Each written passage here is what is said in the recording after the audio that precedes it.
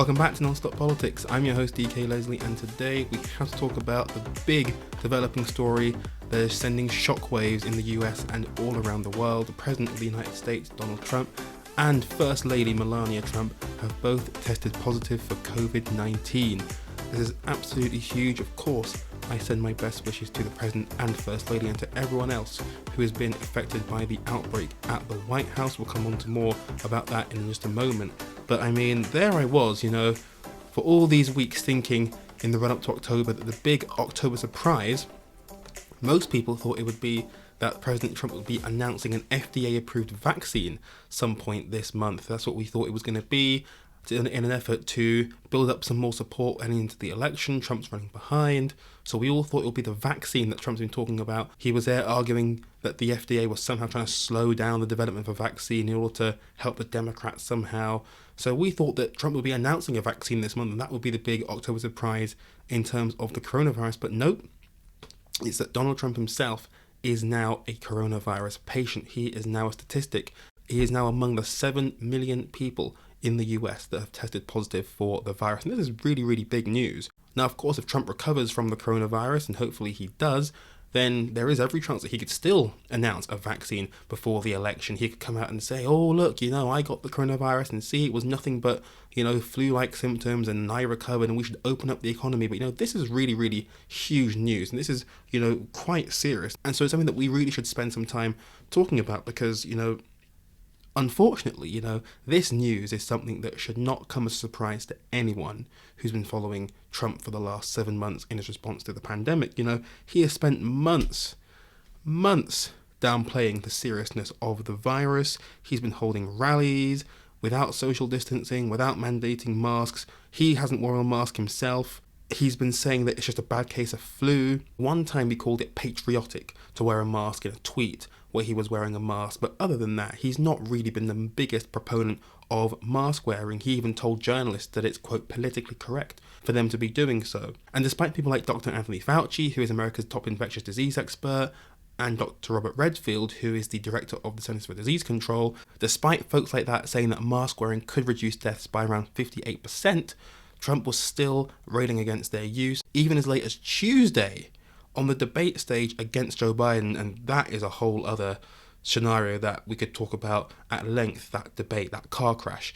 Even at the debate, which seems like 10 million years ago, Trump was mocking Joe Biden for his mask wearing. He didn't wear a mask on the stage, but he was commenting on the fact that, he could be 200 feet away and Joe Biden would still be wearing a mask. Just complete and utter nonsense about masks and making fun of him. This news that both of them tested positive came after Trump's closest aide, Hope Hicks, tested positive herself for coronavirus. In fact, White House staff knew on the Thursday morning that Hicks had tested positive, yet still allowed Trump, who's a close contact of hers, to fly to New Jersey for some campaign event, which is just crazy. He was only tested apparently in the evening, and he called up on Fox News and spoke to, I think it was Sean Hannity, about Hope Hicks' diagnosis and the fact that they're waiting for a test result. And so you have that news that Hope Hicks had tested positive, then Trump testing positive. That is just absolutely horrifying.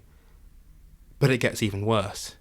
Because remember, last week we spoke about Amy Coney Barrett being unveiled as Trump's pick to be the next Supreme Court Justice, replacing Ruth Bader Ginsburg. Remember we spoke about that? Well, that event, it seems, was a super spreader for coronavirus, because at that event you had a lot of foolish people partaking in very foolish behaviour. No social distancing, no masks, people hugging and kissing. And even those outside, what on earth were they thinking? The chairs literally packed together like sardines in the middle of a global pandemic. Next thing you know, it turns out that several folks who were at that event are now testing positive for the virus, which really is no surprise whatsoever. And some of the names of the people testing positive are quite significant. You've got 2 Republican senators who were at that event, Mike Lee of Utah, and you've got Tom Tillis of North Carolina, both of whom, by the way, are on the Senate Judiciary Committee, which is a massive deal because that is the committee that is dealing with the confirmation process of Amy Coney Barrett. Is that going to be thrown into chaos? We'll have to wait and see.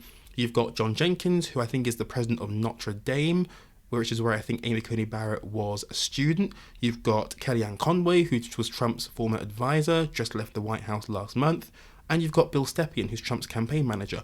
All of those people were at the super spreader event and they've all tested positive. Very, very foolish. When you do foolish things happen. If you go to a super spreader event like that without wearing a mask and social distancing, you catch coronavirus. But obviously, of course, again, I do wish them well in their recovery. As I say, those two senators, Mike Lee and Tom Tillis, they are extremely notable because they are sat on the Senate Judiciary Committee. So whether this has implications for Amy Coney Barrett's nomination, we'll have to wait and see. It's funny because I did say in the last episode, unless there's some extraordinary event that happens that not even COVID could compete with, Amy Coney Barrett will be confirmed. Well, I mean, COVID's just outdoing itself here again and again and again. That's something to watch out for to see if that Supreme Court fight gets derailed. But, in terms of Trump here, he is now at Walter Reed Hospital in Maryland. He was flown there last night. He is suffering from a fever. He's got a cough. He's got congestion. He is now on an antibody cocktail of drugs, which is an experimental drug, but hopefully it is able to attack the virus and hopefully he's able to make a speedy recovery with that. But where does that leave us politically speaking? It leaves the President of the United States publicly, absolutely, totally humiliated after saying in recent days that the US was, quote, rounding the corner against the coronavirus. This blows that messaging completely out of the window. Bear in mind that this is also bad for him politically because it keeps the focus on coronavirus. This is a really, really bad situation that the president and Trump's re-election campaign is in. The coronavirus pandemic is a losing issue for the president. And yes, this news does act as somewhat of a distraction from the big tax return bombshell that the New York Times published last week, where Trump allegedly only paid $750 in taxes in 2016 and 2017. So yes, it's a useful distraction. But nonetheless, the more that Joe Biden is able to talk about coronavirus and talk about Trump's handling of coronavirus, the election continues to be a referendum on Donald Trump. And if the election is a referendum on Donald Trump is going to lose. Trump all along has been trying to change the subject, change the channel. He wanted to talk about the Supreme Court fight. He wanted to talk about all hosts of other issues. New jobs numbers came out. Job numbers are rising in the United States, but, the economy is still in tatters. Trump wanted something to distract. But unfortunately now, not only is coronavirus the main issue in the news, but he himself is the main issue in the news, all because of his failure to handle the coronavirus pandemic in a sensible way. Biden continues to lead in the polls by around 8 to 12 points nationally, and in the 6 key battleground states, Biden's leading, competitive in Ohio, competitive in Iowa. It's just not looking good. And when we look at the debates, as I alluded to just a couple of minutes ago, Biden didn't necessarily win the debates, but he certainly didn't lose anything from them either. I mean, I thought he looked quite presidential. A lot of people said he looked quite weak and doddery. I thought he looked presidential personally. I thought he came across quite well. But he didn't win the debate. He didn't land any knockout punches, but he didn't lose anything either.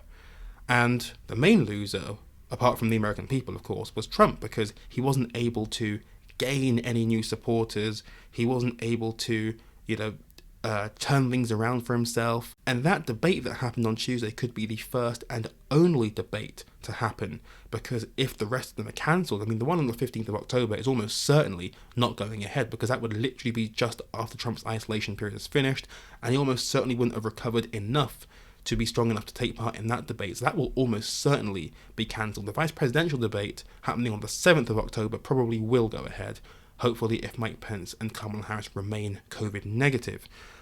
But other than that, the main takeaway from all of this is that President Trump has been absolutely humiliated. Sources noted yesterday that the president was, quote, spooked by the coronavirus diagnosis. I, for one, cannot understand why he was spooked. For months, he downplayed the severity of the virus. For months, he downplayed the science. But unfortunately for him, the science has come back to bite him and give him the ultimate reality check.